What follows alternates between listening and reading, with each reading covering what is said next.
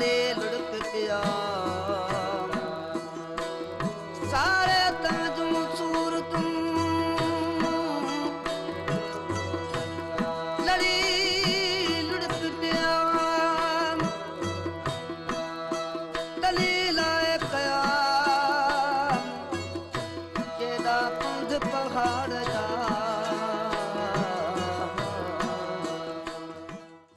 मूरत में जे मख्फी थिया सूरत पिण सही मूरत में जे मख्फी थिया सूरत पिण सही कभी उत कही ॻाल्हि पहिरियां जे गुज जी सुहिल साथियो जे लतीफ़िलात मेहरान टीवी जो फ़िक्री तारीख़ी तहक़ीक़ी रिहाण शाह जा पंध पेचरा उन्हनि पंधनि पेचरनि जे हवाले सां कुझु मरहला अहिड़ा अचनि था जेके वरी असांखे पंधनि पेचरनि खां वापसि कंहिं ॿिए रुख़ में वठी अचनि था।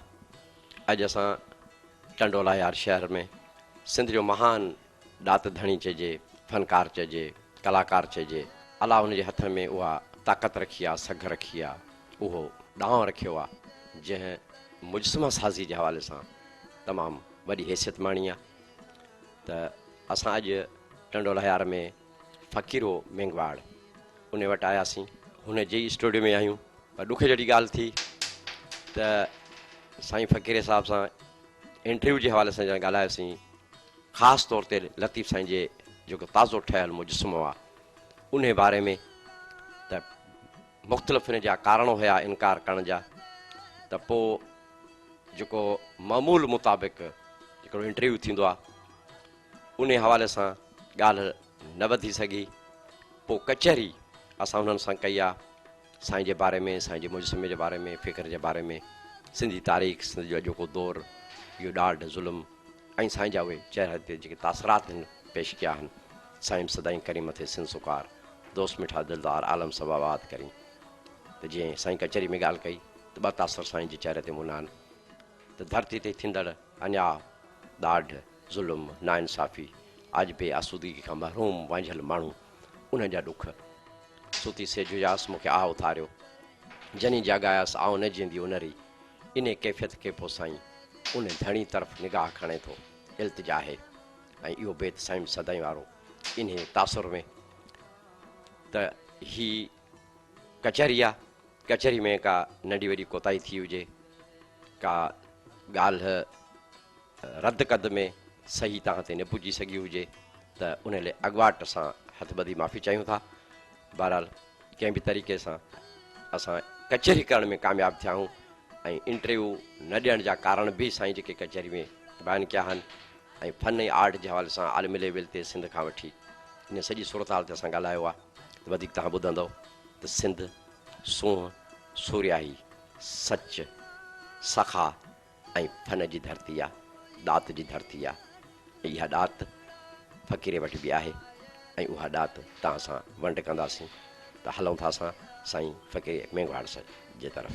हा उहो सबबु ॿुधायो सबबु एॾो ख़ासि त न आहे पर जेको मूंखे महसूसु थी आहे जेको बि आहे मुंहिंजा BBC ते 3 दफ़ा इंटरव्यू थी चुका आहिनि NDTV इंडिया खां बि थिया आहिनि ऐं मुख़्तलिफ़ ॿियनि चैनलनि तां बि थिया आहिनि तेसि ताईं की प्रिंट उन्हनि इंडिया वारनि बि कयो आहे UK वारनि USA खां ॿियनि जॻहियुनि ते बि जाम दफ़ा मैगज़ीन या शयूं थियूं आहिनि।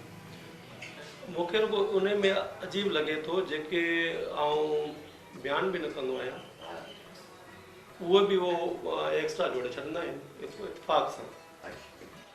ऐं ॿियो अमूमन हमेशह इंटरव्यू हिकिड़ो ई थींदो आहे ॾे ख़बर तालो किथां जो आहे सिखियो किथां आई कयो केतिरो आहे गवर्नमेंट ॿुधी आहे न ॿुधी आहे हिते पाड़े वारनि तोसां कहिड़ो लका कयो आहे मैच रुॻो उहे ई क्वेश्चन आहिनि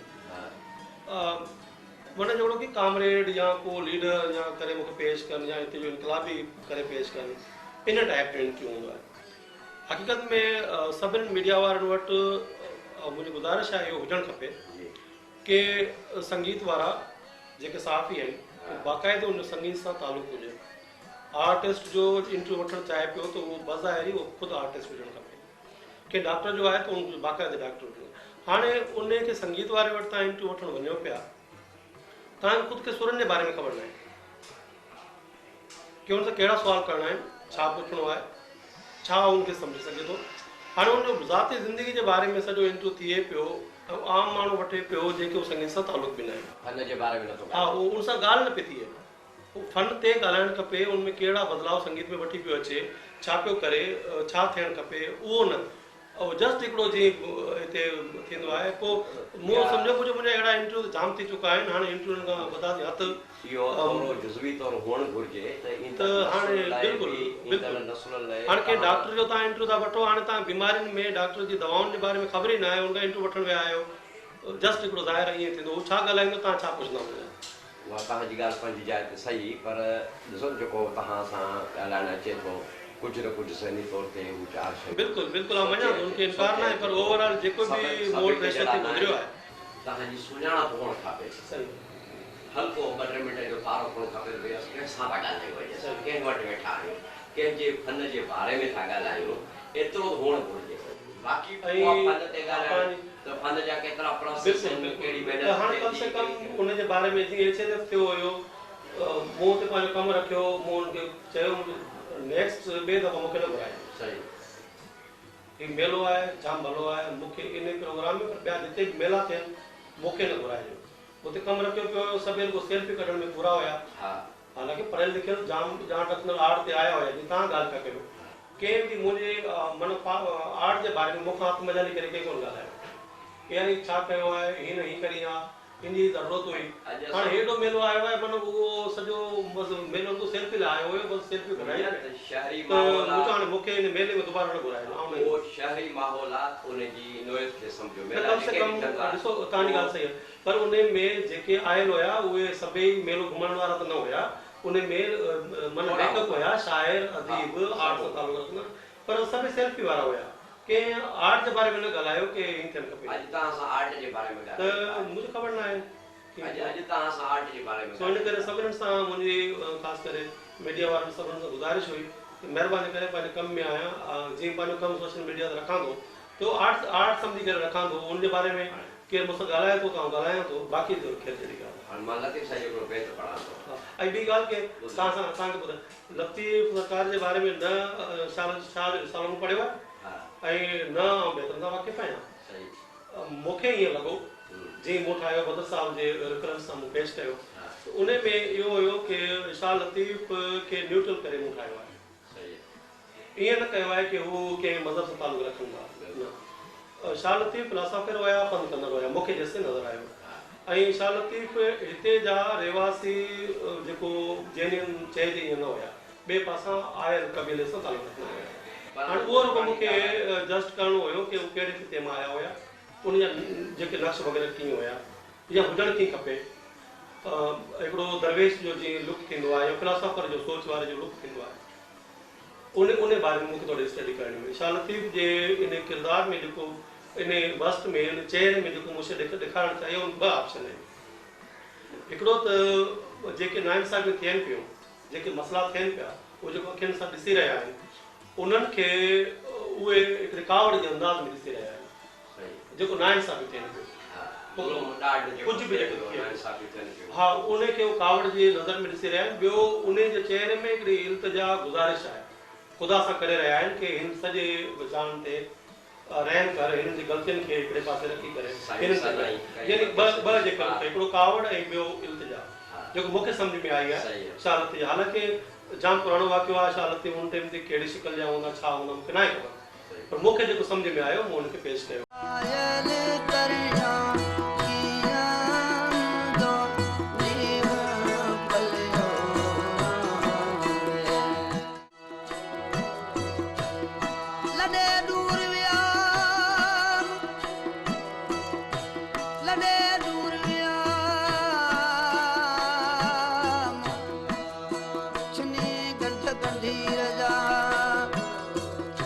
सारे तन जूं सूरतूं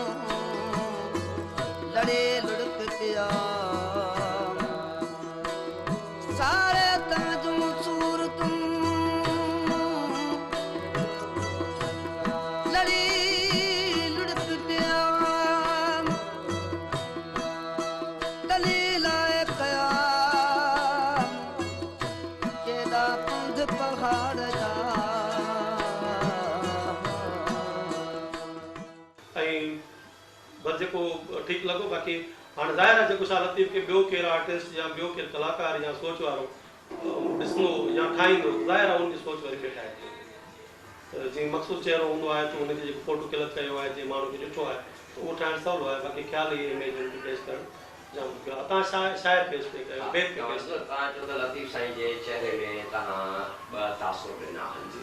हिकु त जेको सदस दौर में ज़ुल्म थियो पिए अॼु बि उहो ई आहे। बिल्कुलु त उहा सूरत हाल जेका ज़ुल्म आहे, ॾाढा नाइंसाफ़ी आहे, आज वेठा वंझल आहियूं, आसूदगी खां वंझल आहियूं, उहा कैफ़ियत साईं खे दर्द वारी महसूसु थिए थी पई चहिरे ते।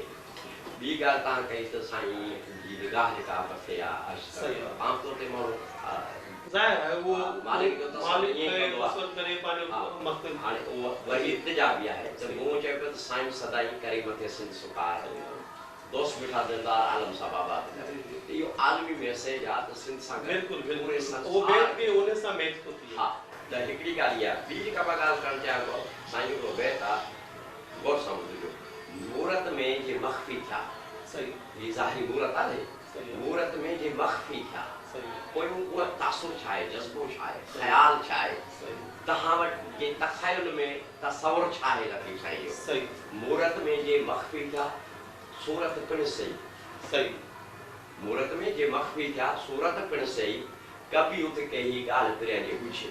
सही हाणे इन बेत जे पस मंज़र में तव्हां ॿ तासुर साईं जा ॾिना। सही पर साईं जो जेको हिन महिल ताईं असां किले जी ठहियल मूर्ति ॾिठी आहे, उन जे हेठां किताब आहिनि। सही आहे। ठीकु आहे। ऐं किताबनि जो बि तासुर इहो थो मिले कि झूना पुराणा किताब आहिनि, सदियुनि जा के किताब आहिनि। या ईअं चइजे त लतीफ़ साईं खे तव्हां जेको बहस ॾिनो आहे किताबनि जो, इन मां ईअं महसूसु कजे त साईं खे माज़ी डिघे माज़ी ताईं सही इल्मी, तारीख़ी, जाग्राफी, कल्चर, मज़हबनि जो हिकिड़ो शऊर हुयो। माना एॾा ॾाहा तारीख़ी तौर ते जेको किताबनि जो तव्हां तसवुर ॾिनो आहे, इन सॼे माहौल खे तव्हां ॿ तासुर साईं जा ॾिना। पर तव्हांखे इहो ख़्यालु कीअं आयो ठाहिण जो, छो ठाहियो तव्हां इहो, तव्हां मक़सदु छा पे रखियो, ऐं एतिरो अर्सो तव्हां कमु कंदा आया हुआ, असां तव्हांजी मुख़्तलिफ़ शयूं ॾिठियूं आहिनि। पर हिन महिल तव्हां लतीफ़ साईं ते आया हो, इहे पूरे पस मंज़र में जेका मूं ॻाल्हि कई आहे, जेके मूं बेत पढ़िया, इन में तव्हांजी मोटिवेशन छा हुई, तव्हांजी इच्छा छा हुई त हिन शइ खे ठाहिणु घुरिजे। हालांकि शाह लतीफ़ मुंहिंजी सोच में सभिनि जे लाइ न्यूट्रल इंसान हुया, सोच रखियल हुया। ॿियो ही साईं बदर अबड़ो साहब, उन्हनि 1985 में शायदि उहो कमु कयो हुयो। उन्हनि चाहियो कि मूं हिकिड़ो ख़्यालु पेश कयो हुयो त उनखे पंहिंजे अंदाज़ में ठाहियो। त मूंखे जेको सम्झ में आयो मूं इन हिसाब सां पेश कयो। हेठि उन जेके 2 किताब रखियल आहिनि, दुनिया जो सॼो किताब उन साईं पढ़ियो ऐं पंहिंजो पेश कयो। मतलब दुनिया जे इल्म जो निचोड़ हिन शायरी में पेश कयो। पहिरीं सॼो जान उन साईं सम्झो। ॿियो किताब जेको मथे रखियल आहे उहो साईं पंहिंजो रिसालो पेश कयो पंहिंजे अंदाज़। सो उन में मूंखे इहा बहितर लॻो कि इन अंदाज़ में ठाहियो। तव्हां सम्झो था जेकॾहिं तव्हां बदर साहब वारे उन मुल्क में ठहियल जेको हींअर आर्ट्स काउंसिल आटण में रखिया, उन्हनि खे डोनेट कयो 2 साल अॻु, ऐं नादर जमाली बि ठाहियो, उहो बि तव्हांजे नज़र में गुज़रियो हूंदो। ऐं इन बि टिनी शयुनि में मोहम्मद अली बि ठाहियो। हा, पेंटिंग में खोड़ आहिनि, इहे ब्रिटिश म्यूज़ियम खां वठी मुख़्तलिफ़ सालनि में, करीब बेग वारनि में, ऐं ॿियनि में आहिनि पुराणनि नुस्ख़नि में। इन सभिनी खे तासुर में रखी तव्हां पंहिंजो जेको शाहकार आहे, तख़लीक़ आहे जेका तव्हांजी, तव्हां इन जी भेट कीअं कंदो था? ऐं अक्सर करे मूंखां इहे क्वेश्चन थींदा आहिनि कि तूं केतिरो कमु करे रहियो आहीं, या तोखां वधीक ॿियो केरु न आहे। त आउं अक्सर करे ईअं ई चवंदो आहियां सभिनीनि खे, मूंखां घटि कमु करण वारा बि आहिनि, मूंखां भले वारा बि आहिनि। सो उन्हनि जे अंदाज़ में साईं नादर जमाली जेको आहिनि, उन्हनि जेको स्क्रिप्ट ठाहियो आहे, साईं बदर साहब ठाहियो आहे, हाँ उन्हनि खे जंहिं अंदाज़ में जेको उन वटि इल्मु हुयो, जेको सोच हुई, उन दौरान उन्हनि ठाहियो आहे, जाम भलो आहे। शायदि उनखे इहो सम्झ में आयो आहे, मूंखे ई सम्झ में आयो आहे, ऐं ॿियो केरु अञा वधीक बहितर ठाहे सघे थो। उनखे जेको सम्झ में ईंदो उहो पेश कंदो, उनखे ख़्याल सां मूंखे जेको सही लॻो उहो पेश कयो। इन ठाहिण जे पोयां तव्हांजो मक़सदु छा हुई, इच्छा छा हुई? असल में साईं बदर साहब ई मूंखां कमु करायो, पहिरीं ॻाल्हि थी आहे। उन्हनि खे हिकिड़ो प्रोजेक्ट सम्झी करे मूं कमु करे ॾिनो आहे। ऐं बाक़ी शाह लतीफ़ खे जंहिं अंदाज़ का बि जिन खां सोचनि पिए कि आउं ठाहींदुसि, तो मूंखे मौक़ो मिलियो, मूंखे जेको सम्झ में आयो मूं हुन अंदाज़ में ठाहियो साईं। तव्हां चयो त तव्हां सालो न पढ़ियो आहे साईं, राग ॿुधो आहे साईं जो, बसि उहो रेडियो में या टीवी में अची वेंदो आहे पर तव्हां सम्झो था जेकॾहिं रिसालो पढ़ो आहे सही या रिसाले जो को माहिर माण्हू जेको हर सुर हर किरदार माहौल खां वाक़ुफ़ु हुजे आहे, साईं जे पंध आहिनि वेचरा आहिनि, साईं जी जमायत आहे, फ़क़ीर आहिनि, साईं जो ज़ाती किरदार आहे, या पूरे रिसाले में जेको फ़िक्र आहे हुनजो, जेकॾहिं उहो सॼो केरु तव्हांखे वेही ब्रीफ करे हा सम्झाए हा या उनखे ॿुधो आहे त छा कुझु डिफरेंट थी सघे, उहो वधीक बहितर थी सघे। पोइ इहा ज़रूरत तव्हां महसूसु कयो था हींअर? हा बिल्कुलु। हाणे नेक्स्ट आउं चाहियां पियो कि शाह लतीफ़ जा स्ट्रक्चर जेके ठहनि मुंहिंजे नज़र में ॿ किरदार हुजणु खपनि। हिकिड़ो त फ़िक्र में वेठल मुस्तमो हुजणु खपे, छो त उहो हमेशह फ़िक्र में रहिया। ॿियो हलंदे यानी पंध कंदे, हा उहो फिलासफर हुया जंहिं जॻह ते वेठा न हुया, यानी ॿ मुस्तमा ॿ किरदार जेके 22 साल ज़िंदगी जा मुसलसल सफ़र कयो आहे, हिकिड़ो सफ़र कंदे मुस्तमो हुजणु खपे, ॿियो जेको इबादत में वेठल जेको आहे फ़िक्र में वेठल। हिकिड़ो ॿियो सुवाल मां तव्हांखे, तव्हां शुरू में ॻाल्हि कई त साईं जे चहिरे ते तव्हां ॿ तासर न हिकु त उहो दुख दर्द नाइंसाफ़ी ज़ुल्म जेको कुझु सही उनखे महसूसु कयो, बिल्कुलु। ऐं ॿियो तासुर तव्हां इहो ॾिनो त मथे अलाह जी ज़ात ॾे इल्तिजा आहे, सही त छा इन जाखोड़ इन ॾाढ इन जे ख़िलाफ़ु सिर्फ़ु असां अलाह ते भाड़े वियूं, असां इंसान ते का ज़िमेवारी नथी थिए, सॼो असांजो फ़िक्र ईअं आहे त तीर्थ जी का कान्हे वेले वेहण जी, या हितां खणी हुते जिन रखियोसीं रसियूं पुछनि से पसंदि जॾहिं तॾहिं पीढ़ीअ खे सॼो साईं जो कलाम जाखोड़ आहे। मारवी ॾिसो क़ैद में अकेले सिर विगड़े थी पई, ठीकु सुहिणी दया कर पार करे थी शीं दया तंहिं दौर जो ससी जा 5 सुरनि जबल जागे थी पई, साईं त सॼो सारो जाखोड़ जे तरफ़ वियो आहे, त तव्हां इन तासुर खे छो न खणी सघिया आहियो? हा असल में जेको इन में ॿई ॻाल्हियूं आहिनि, कावड़ लॻंदी उनखे आहे जंहिंखे उहो अहसासु थींदो आहे, त मुंहिंजो कावड़ ॾेखारी आहे साईं खे बाक़ाइदे अहसासु थियो आहे, जिन खे अहसासु ई न आहे उन कावड़ लॻंदी कीअं? कावड़ जे रदगल में वरी साईं मथे हा वरी जेको कावड़ जाखोड़ सम्झाईंदे उनखे कावड़ कंदे उनखे सम्झायो बि हूंदो, उनखे ॿी हिकिड़े खे उहो लेक्चर बि ॾिनो हूंदो, सम्झाईंदे न सम्झण खां पोइ बि ख़ुदा सां इंतिजा कई आहे कि महिरबानी करे न पियो सम्झे, मूं सम्झायो आहे तॾहिं बि हिननि खां रहम कंदो। उन ॿ ॻाल्हियूं इहे ॾेखारियूं हू बहितर थी सघे, हा बिल्कुलु बैकग्राउंड तव्हांखे सॼो हुजे, अलाए कुझु साईं जी ज़िंदगी ऐं अलाए फ़क़ीर आहिनि, जमायत आहिनि, साईं जो उन में मुख़्तलिफ़ स्ट्रक्चर जा जेके आहिनि चेहरा जी चेहरे जी मुख़्तलिफ़ फीलिंग हूंदी आहे। हा हिकु बस रुगो ठाहिण शाह लतीफ़ जा उन फीलिंग शाह लतीफ़ प्यार बि कयो आहे, बिल्कुलु गुस्सो बि कयो आहे, माना उहो इल्तिजा बि कई आहे, सबक़ बि ॾिना आहिनि, सम्झायो बि आहे, तो मुख़्तलिफ़ किरदार आहिनि, किथे उहो रोया बि हूंदा ज़ाहिर आहे, तो उन फीलिंग आहिनि, तो उन फीलिंगनि ते कोई स्ट्रक्चर को चेहरे जा ठाहिजनि तॾहिं बि जाम ठही वेंदा, माना त अॼु जाम कम थी सघे। मुख़्तलिफ़ तासरात माना अलाए शाह लतीफ़ ते सोचणु सम्झणु मूं जहिड़े जी बस जी ॻाल्हि न आहे, तॾहिं मूं चयो मूं जहिड़े जी बस जी ॻाल्हि न आहे, पूरो प्रोग्राम आहे, हिकिड़े ॼणे जो मुंहिंजो कमु न आहे, पूरो सिस्टम आहे। शाह लतीफ़ ते अहिड़ो कमु थी सघे थो जो दुनिया जा हुया, के भिट जे एरिया जा या सिंध जे एरिया जा न, पूरी दुनिया जे आलमी आहे, उनजो फ़िक्र आलमी आहे, उनजी सोच उनखे सम्झणु उन ते कमु करणु मूं जहिड़े जी हिमत जो कमु न आहे। तव्हां सम्झो था त भला इन पूरो जेको असां हिन महिल ते ॻाल्हायो आहे, इन हवाले सां साईं जे तासरात चहिरे ते ॾियण लाइ हिकिड़ी अहिड़ी गैलरी हुजे जेके बिल्कुलु बिल्कुलु उनते स्टडी हुजे, उन फीलिंग ते हुजे, पहिरीं त उनजो मेन कैरेक्टर जेको चहिरो आहे जीअं उहो पहिरीं सिलेक्शन करणु खपे कि हिन ते प्यारो आहे, पोइ उन जेके फीलिंगूं आहिनि उहे ज़ाहिर कजनि, पोइ उन वेहणु हलणु बयानु करणु, हा उनजो हिकिड़ो जीअं पूरो जीअं 3D मॉडल वांगुरु पूरो कमु हूंदो आहे ईअं थियणु खपे, अलाए सारो वॾो कमु आहे इहो आहे इरादो, इहे जाम कुझु आहे ईअं तव्हांजो इरादो आहे बिल्कुलु, ऐं उन में त मूंखे ख़ुशी थींदी, ॿिया बि त आउं ठाहियां पियो न मुख़्तलिफ़, हाणे उहो जेको नायाब हिकिड़ी शइ ठाही त तव्हांजी मर्ज़ी आहे, माना नियत आहे त तव्हां अहिड़े पैमाने ते लतीफ़ साईं जे एहसासात खे मुख़्तलिफ़ तासरात मूंखे जेको सुध ॿुधाए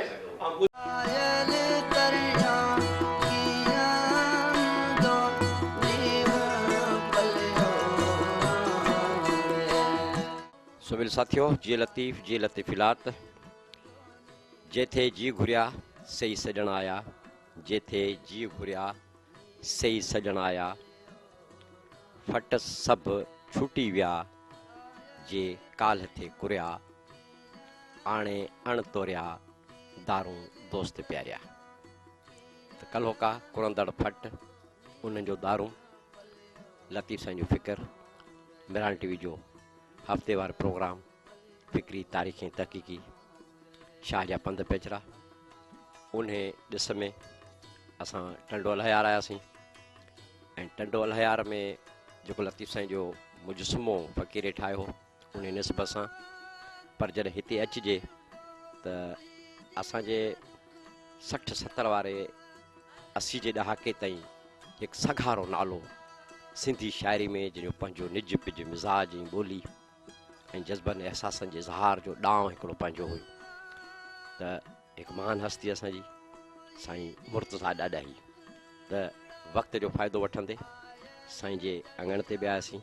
त हाणे हलो त साईं सां कचहरी था कयूं। साईं मुर्तज़ा ॾाॾाही।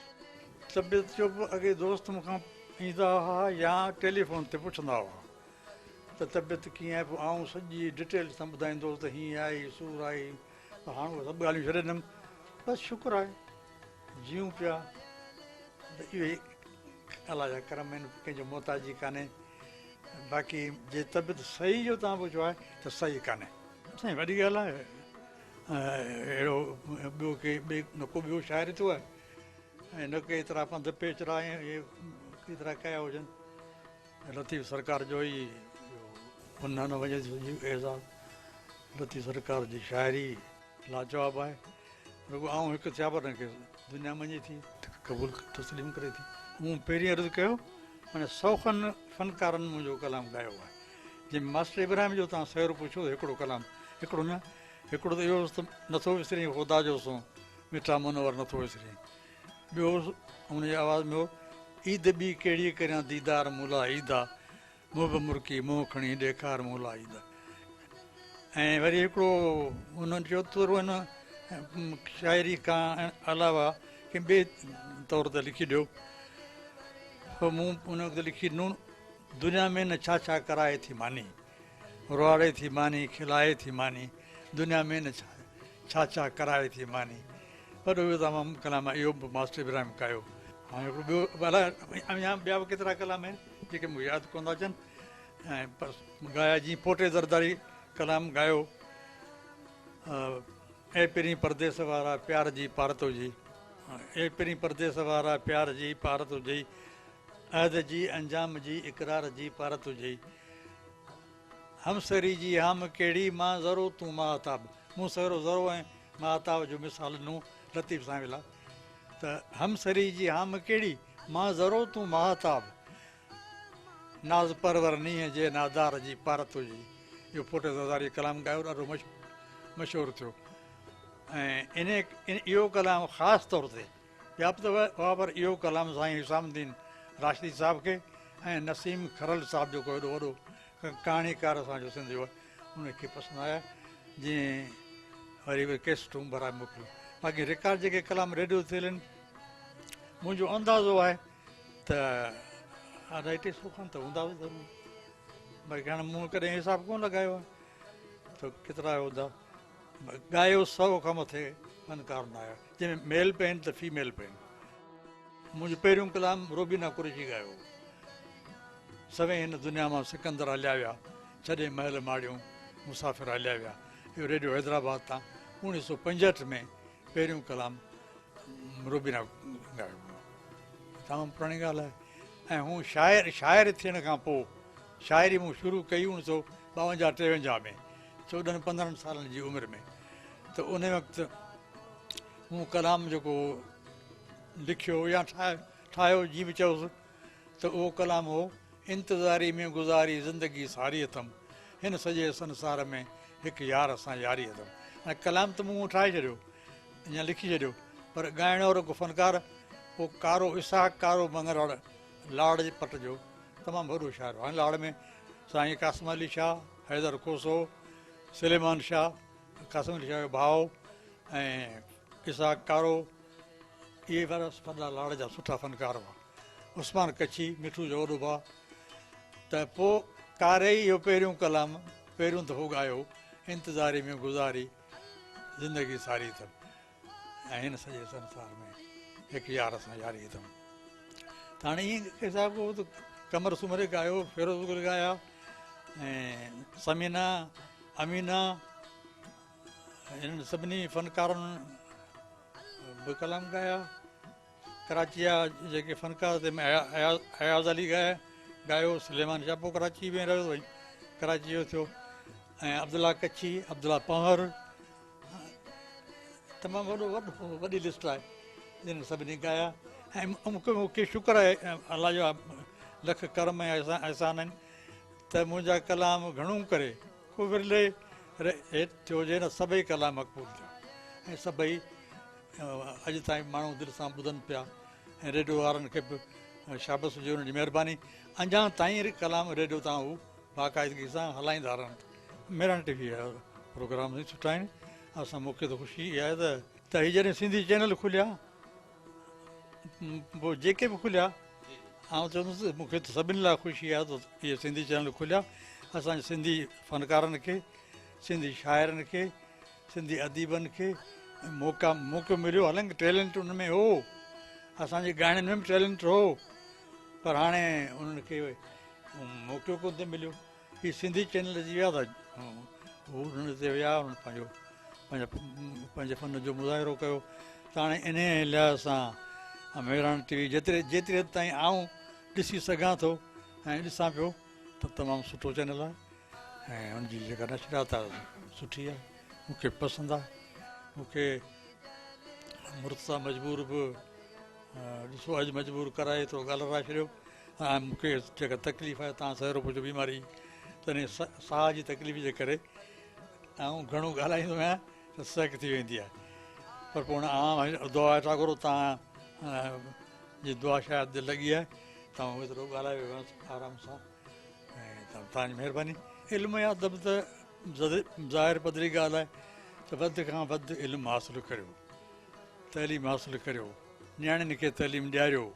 ज़हर खे बि ज़मज़म करे पी ॾिठोसीं, ज़हर खे बि ज़मज़म करे पी ॾिठोसीं, मरण खां अॻे ई मरी जी ॾिठोसीं, मरण खां अॻे ई मरी जी ॾिठोसीं, ज़हर खे बि ज़मज़म करे पी ॾिठोसीं, ज़हर खे बि ज़मज़म करे पी ॾिठोसीं, सुखनि मुर्तज़ा खां कई मोकिलाणी, सुखनि मुर्तज़ा खां कई मोकिलाणी, ॾिहाड़ी ॾुखनि मंझि तड़पी ॾिठोसीं, ॾिहाड़ी ॾुखनि मंझि तड़पी ॾिठोसीं, मरण खां अॻे ई मरी जी ॾिठोसीं, मरण खां अॻे ई मरी जी ॾिठोसीं, ज़हर खे बि ज़मज़म करे पी ॾिठोसीं। सुबिल साथियो, असांजे अॼोके रिहाण शाह जा पंध पेचरा जी पुॼाणी थिए थी। सलीम भुट्टो लतीफ़ खे इजाज़त ॾींदा। वरी ईंदड़ हफ़्ते कंहिं ॿिए ॾिस में, कंहिं ॿिए रुख में लतीफ़ साईं जे पंध पेचरनि जे हवाले सां ऐं उन्हनि सां निस्बत रखंदड़ हयाती ऐं मामाती वारनि शख़्सियतुनि जे बारे में तव्हां सां वीचार विंडींदासीं। जीअं लतीफ़ इलाही।